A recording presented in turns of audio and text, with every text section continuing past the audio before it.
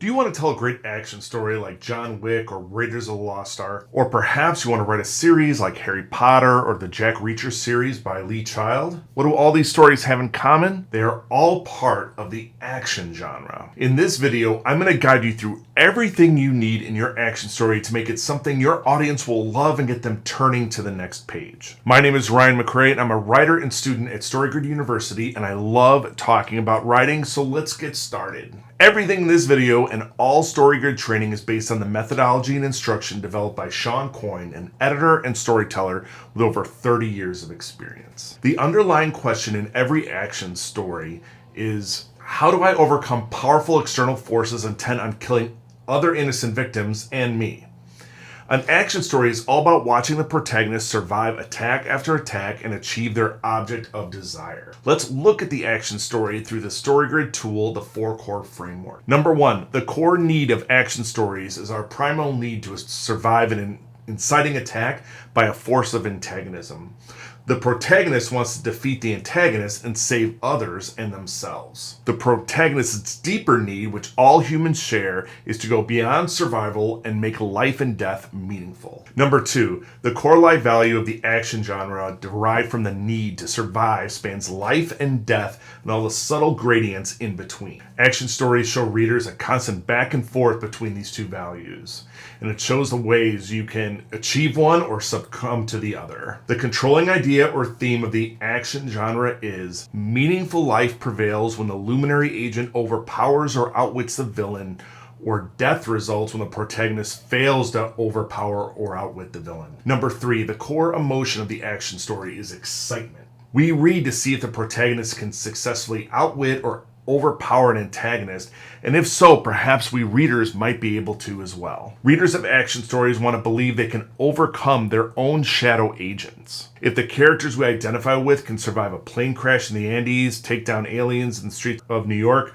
or defeat an undefeatable villain, surely we can overcome illness, injury, or natural disaster. And finally, number 4, the core event of the action story is the hero at the mercy of the villain. Our hero is trapped, foiled, but how do they escape? Often the protagonist has to dig deep within themselves to defeat the villain, to perhaps self-actualize in the moment and show their inner gift. This is what the reader wants. They want to have this moment where they see the hero survive.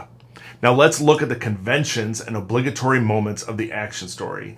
And as a reminder, conventions are what the audience expects of the world, characters, and circumstances in our story. They're what set up the obligatory moments and payoffs of our action story. Without these, the audience will be confused and lost from the get-go. In an action story, we have 9 conventions. Let's get started. An intense setting. The setting must be a disturbed, unbalanced physical or social environment that gives rise to conflict. You have to have dueling hierarchies. A growth hierarchy is at odds with a power dominance hierarchy, or dueling protagonist and antagonist. The hero sets out on a journey or must face a challenge created by the villain, and the hero's object of desire is to stop the force of antagonism and save the victim. The villain is much more powerful than the hero and the victim, and the villain uses their resources to stop the protagonist and harm the victim. The victim is much less powerful than the hero or the villain and requires the hero to save them from the villain. A speech in praise of the villain. At some point, an avatar must discover or point out how the villain appears unbeatable. The villain's point, the reason the antagonist will not give up, must also be revealed. The deadline. There's a clock that establishes a limited time in which the protagonist must act to save the victim. Set-piece sequences, fast-paced sequences show the reader the protagonist's strengths and weakness, as well as help the protagonist gain new skills. Fast-paced and exciting plot.